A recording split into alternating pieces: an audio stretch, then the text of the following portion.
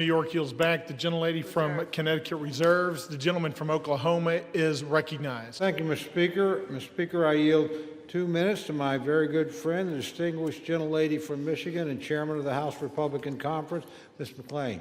The gentlelady from Michigan is recognized for 2 minutes. Thank you, Mr. Chairman, and thank you, Mr. Speaker. And God, I love the compassion and the passion on the other side of the aisle. You know, we're worried about taking money out of families. Well, you know what? Y'all can do the right thing and vote yes. If not, you're the ones that are taking money from needy families, not us, because yes means yes, we want to feed the families. We want to have SNAP programs.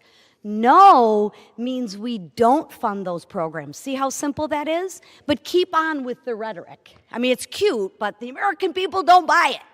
So, I mean, listen, for the past 40 days, Democrats have inflicted needless pain on hardworking Americans. They stranded millions of travelers. They denied food assistance for hungry families. And how did they do that? When you vote no to continue funding, that means you deny food stamps for hungry families. No means no, you don't want to pay them.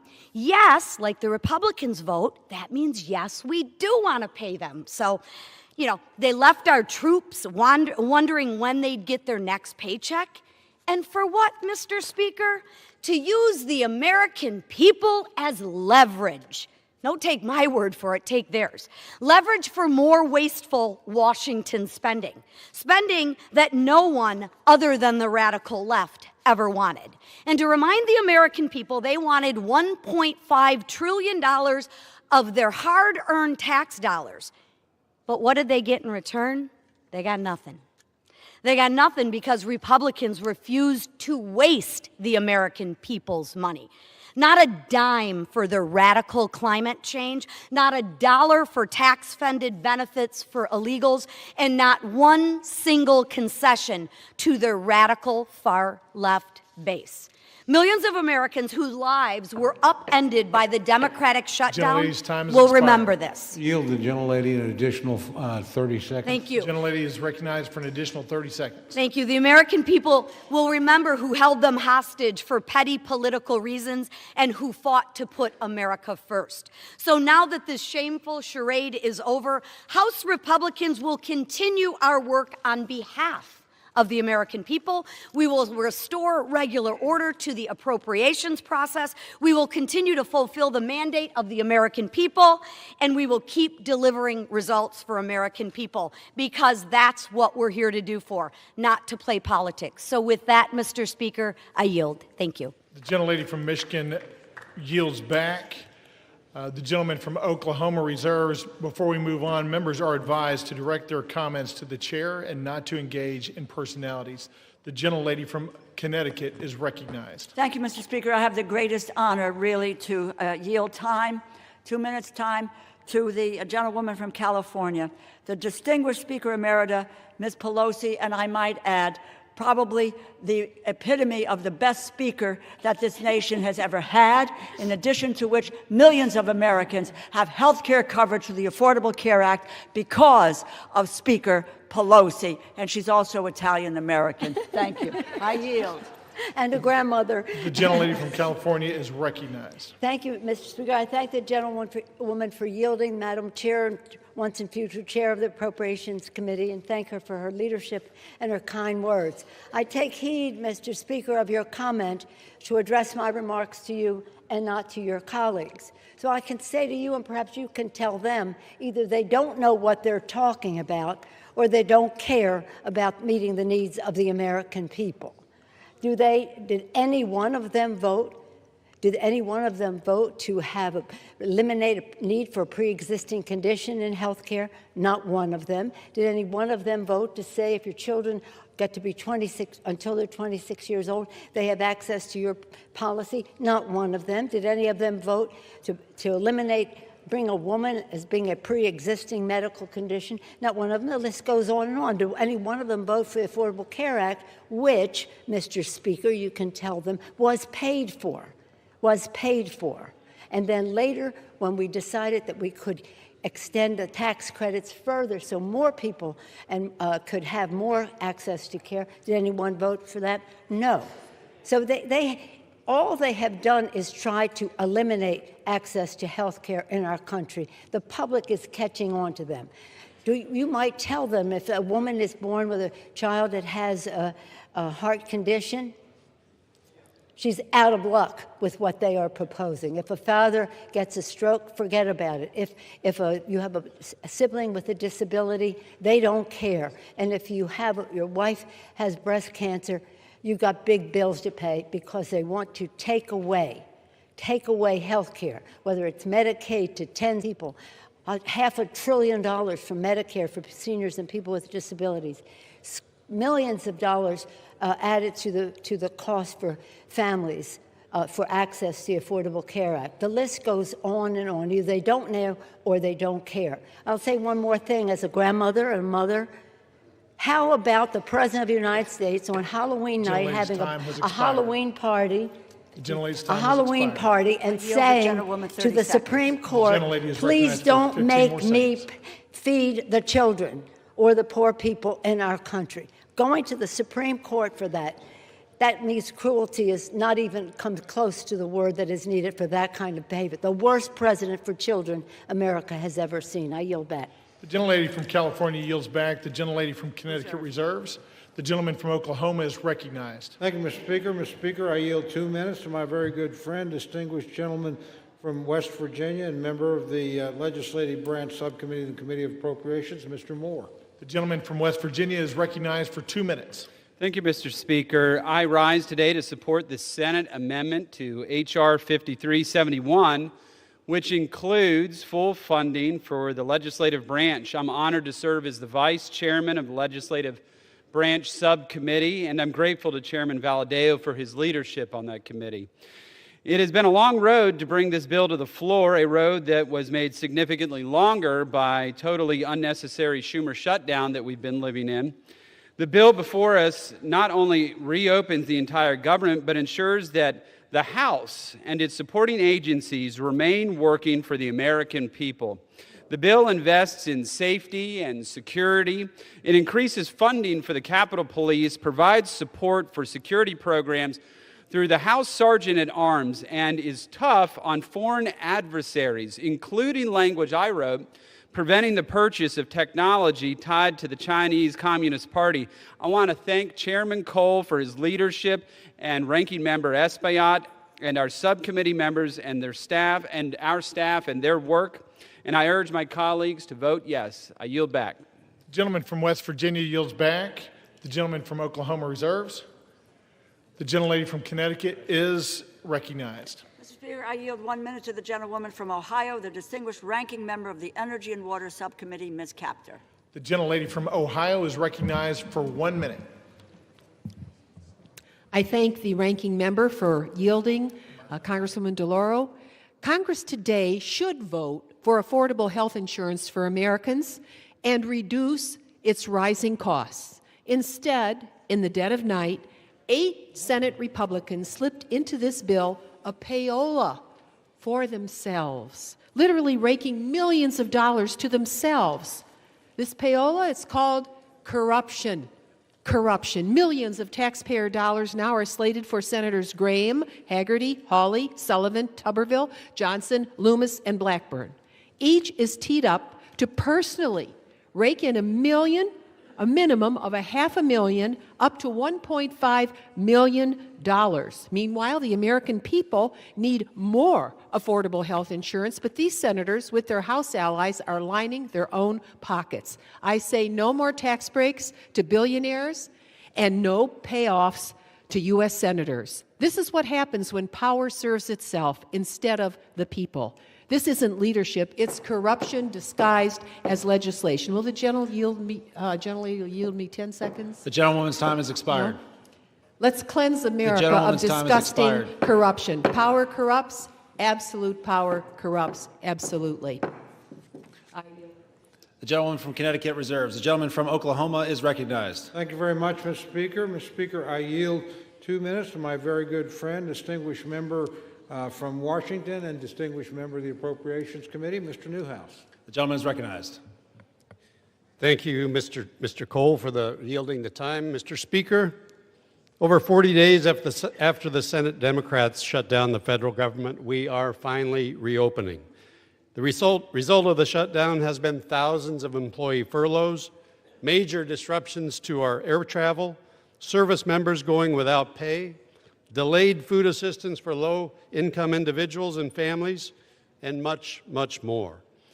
Mr. Speaker, as a member of the House Appropriations Committee, the responsibility of funding the federal government is one that I take very seriously, especially in light of our nation's debt surpassing $38 trillion. The performative tactics that we have watched over the last 7 weeks have truly been a disservice to Americans. And my friends across the aisle should never have put leverage or politics over those people that they represent. But the most important thing right now is that we get back to work, making sure the federal government can provide the essential services that people depend on, and that Congress can continue working to pass full-year funding legislation providing responsible federal spending and fund those essential services.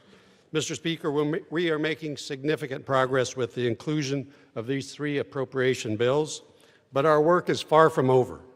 I encourage all my colleagues on both sides of the aisle to support this deal, vote to end this unnecessary shutdown, and help us get back to the business of hardworking Americans across this country.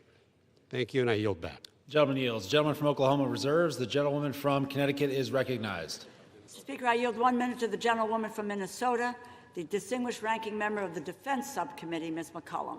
The gentlewoman is recognized. Mr. Speaker, Donald Trump and Republicans control the entire government. For 42 days, Republicans shut it down. Why? Because they refuse to extend tax credits to help millions of Americans afford their health care. And if that wasn't bad enough, President Trump even withheld food assistance during the shutdown. Hunger should never be used as a weapon. The CR continues the Republican health care crisis. The Speaker's already said he won't hold a vote to extend the Affordable Care Act tax credits to reduce health care costs for Americans. So now my constituents are going to have to choose between heating their homes, feeding their families, or taking their children to the doctor. It's a terrible deal for the American people. Americans deserve an open and transparent government that works for them. They deserve access to affordable health care, nutritious food for their families. And that's what Democrats are fighting for. I wish the President and the Republicans would join us in this fight and share our priorities. I yield back. The gentlewoman from Connecticut reserves. The gentleman from Oklahoma is recognized. Thank you very much, Mr. Speaker. I yield 1 minute to my very good friend, gentleman from Missouri and member of the Appropriations Committee, Mr. Alford. The gentleman is recognized. Well, thank you, Chairman Cole, for your leadership. Mr. Speaker, in the words of Yogi Berra, this seems like deja vu all over again. 59 days ago, I stood at this very lectern debating the ranking member and a friend of mine over the continuing resolution to keep our government open. On September 19th, we did our work in this body, but Senate Democrats chose to hold America hostage with the Schumer shutdown. Democrats in Congress, including the minority whip, shamefully admitted they were using the misery they inflicted on the American people as leverage to achieve their leftist wish list of demands, slowly twisting the heads of the American people in a vice. Tonight, I'm relieved to say the misery of the Schumer shutdown is on our doorstep. Mr. Speaker, this package proves that when Republicans stay united and put America first, we can govern with strength, compassion, and common sense. Tonight, Mr. Speaker, tonight we will reopen the government and liberate the Schumer hostages. And with that, I yield back. The gentleman yields. The gentleman from Oklahoma reserves. The gentlewoman from Connecticut is recognized. Mr. Speaker, I yield 1 minute to the gentlewoman from California, a member of the Appropriations Committee, Mrs. Torres. The gentlewoman is recognized. Mr. Speaker, I rise in strong opposition of this deeply flawed bill because the American people deserve better. Since Trump returned to office, Republicans have created an affordability nightmare. a mass transfer of hard-earned taxpayers' dollars to billionaires. In my district alone, more than 350,000 people are facing skyrocketing health care costs or cuts to critical services. Republicans shut down the government instead of finding bipartisan solutions to keep care affordable and took a 7-week paid hiatus, during doubling health care costs for working families, cutting off food assistance right before Thanksgiving, and letting Trump spend his holidays pardoning insurrectionists, enriching billionaires, cozying up to dictators, and building himself a new ballroom, all while taking food away from families in need. And now Senate Republicans want to reward themselves with a taxpayer-funded handout. Shameful, shameful, shameful. House Republicans should be here doing their jobs, not making life harder for working families. I urge a no vote. Members are advised to direct their comments to the chair and not to engage in personalities toward the president. The gentlewoman from Connecticut reserves. The gentleman from Oklahoma is recognized. Thank you, Mr. Speaker. Mr. Speaker, I yield 1 minute to my very good friend, distinguished gentleman from Texas and chairman of the House Budget Committee, Mr. Arrington. The gentleman is recognized.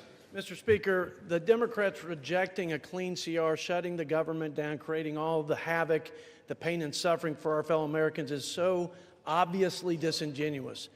They never vote against clean CRs. Never. For 4 years under Biden, you all didn't reject one clean CR. Chuck Schumer, in 44 years, never rejected a clean CR. So, Mr. Speaker, what's it about? They say policy. They put forward a proposal, Mr. Chairman. They said it's about health care for illegals. They repeal work requirements for able-bodied adults. That's an 80-20 issue in this country. They put forward a spending bill of $1.5 trillion. That's twice the discretionary budget.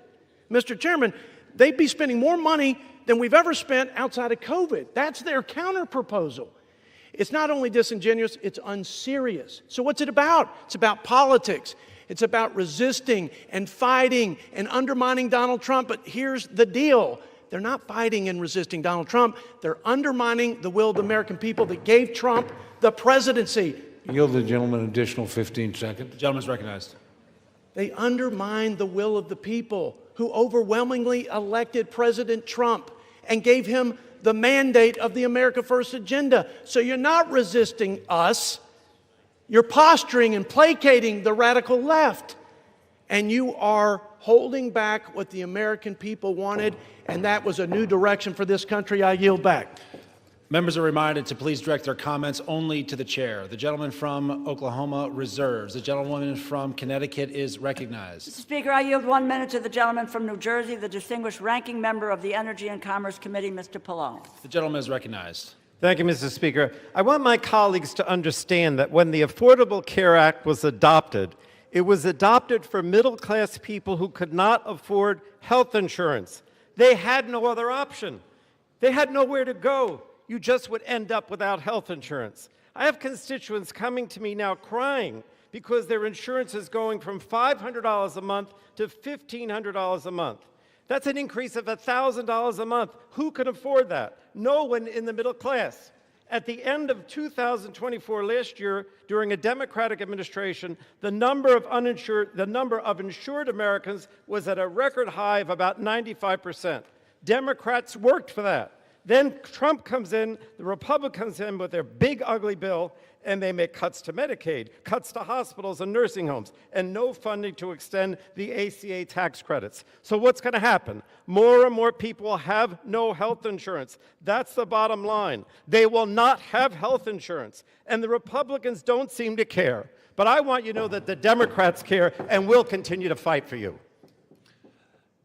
The gentleman yields. The gentlewoman from Connecticut reserves. The gentleman from Oklahoma is recognized. Thank you, Mr. Speaker. Speaker, I yield 1 minute to the distinguished gentleman from Guam, my very good friend, Mr. Moylan. The gentleman is recognized. Thank you to my friend from Oklahoma. Mr. Speaker, Guam is home to 3,372 federal employees, more than 43,000 SNAP recipients, and over 9,000 WIC recipients, and more than 20,000 veterans, all of whom have been impacted by this shutdown. If we continue to put politics over our country, my constituents will continue to suffer. Simply put, this gets us back on track, ensures funding for those who need it is in place, and turns the lights back on. This bill ensures that families receive the assistance they need, veterans have access to care, and our island is reimbursed for the sacrifice we made to keep federal programs running during this difficult time. I urge my colleagues to support this bill and to deliver for American people. The time for deliberation is when the government is open and people have the assistance they need. I reserve. The gentleman yields. The gentleman from Oklahoma reserves. The gentlewoman from Connecticut is recognized. Mr. Speaker, I yield 1 minute to the gentleman from Massachusetts, the distinguished ranking member of the Ways and Means Committee, Mr. Neal. The gentleman is recognized. Thank the gentlelady. Mr. Speaker, the destruction that is taking place in America's healthcare system during these 10 months is unbelievable. They've eviscerated the National Institutes of Health. They've cut back on the Centers for Disease Control, billions of dollars from Medicaid for a tax cut for the wealthy. Where do you see what's coming to America's hospitals after the next election? It's so contrived they waited until after the election to implement it. 24 million people are likely to lose health insurance if we don't implement these tax credits as suggested. The emergency room is going to be back in full force now because this is where people will go for their health care. All of this is taking place to justify a tax cut for people at the very top. And here's the real kicker. Our Republican colleagues of fiscal probity borrowed the money for the tax cuts. In 2017, it's $2.4 trillion. In the last tax bill, almost $4 trillion is borrowed for a tax cut for wealthy people. Whatever happened to the fiscal soundness that the Republican Party used to lecture everybody on? And I yield back the balance of my time. The gentleman yields. The gentlewoman from Connecticut reserves. The gentleman from Oklahoma is recognized. Thank you very much, Mr. Speaker. Mr. Speaker, I yield 1 minute to my very good friend, the distinguished gentleman from Pennsylvania, Mr. Muser. The gentleman is recognized. I thank Chairman Cole for his leadership. Mr. Speaker, if this were a library, we would have the fiction side over there and the nonfiction side over here. The only thing that's not fiction, however, is their consistent criticism of the health care system known as Obamacare that they created. That's what this fight seems to be about. And that's the one end of things that is truthful. Today, Mr. Speaker, after 6 weeks of no pain, lots of pain and no gain, they're going to vote again to keep the government closed. They're going to vote again. They're whipping their votes so they would not be paying federal workers. They won't be funding essential programs like SNAP and undo the chaos at our airports. Okay, I spent the last 43 days in my district talking with these groups, talking with SNAP, talking with Head Start, seeing their pain, realizing it, understanding it. Some of my colleagues did the same, but shockingly, they're still going to vote to keep the government closed and keep this funding from being delivered. It's time to fix the damage the Democrats have caused. With this vote tonight, Republicans will restore SNAP payments. We'll get TSA and air traffic control. Yield the gentleman an additional 15 workers. seconds. And you know what, thank you, Chairman. And you know what, Mr. Speaker? Yesterday was Veterans Day. Veterans didn't fight for the red. They didn't fight for the blue. They fought for the red, white, and blue. Maybe tonight we can follow their example. I yield back. The gentleman yields. The gentleman from Oklahoma reserves. The gentlewoman from Connecticut is recognized. Mr. Speaker, I yield 1 minute to the gentlewoman from Washington, Ms. Del Bene. The gentlewoman is recognized. Thank you, Mr. Speaker. This bill fails to address the fundamental needs of families across our country. Americans have made it crystal clear that affordability is their #1 concern. President Trump and Republicans promised to lower costs on day one, and that's been one big broken promise. Healthcare premiums are skyrocketing because Republicans refuse to extend the ACA tax credits, causing healthcare costs to go up for everyone. Over 4 million people will be forced off their coverage next year because it's too expensive. This is on top of soaring prices for food, energy, and housing. It's unacceptable for the wealthiest nation in the world. Republicans who say they support affordable health care should be standing up for their constituents rather than following in line behind President Trump. I'm going to keep fighting for affordable health care and lower costs. The American people deserve better. I yield back. The gentlewoman yields. The gentlewoman from Connecticut reserves. The gentleman from Oklahoma is recognized. Thank you very much, Mr. Speaker. Mr. Speaker, I yield 90 seconds to my very good friend, the distinguished gentleman from Texas, Mr. Gooden. The gentleman is recognized. Thank you, Mr. Speaker. Throughout this sham and shame of a shutdown, we've heard so many lies from the Democrats. And over the last 45 days, and especially the last 45 minutes, I've heard them say this is an evil bill. Republicans don't care about the disabled. Trump is the worst president in history for children. They've said that Republicans are to blame for the fentanyl crisis. Republicans shouldn't take photos with veterans. January 6th, of course they mentioned that. Republicans are corrupt, and they've said that Republicans are starving kids. What they haven't said is the one thing that this bill does, which is open up the government. Not one Democrat is getting up here saying this bill opens the government. So let me remind them and my colleagues and the American people, this bill opens the government tonight. And the American people have Republicans to thank for ending this shutdown and opening the government. I urge a yes vote. I am proud to vote yes. And I am so disappointed in my Democratic colleagues because for the life of me, throughout my time in the House, I've heard them talk about how wonderful it is to keep the government open and that a shutdown is so bad and can never happen. And tonight they won't even admit that this bill opens the government and this is what we need for this country tonight. So I urge a yes vote and I yield back. The gentleman yields. The gentleman from Oklahoma reserves. The gentlewoman from Connecticut is recognized.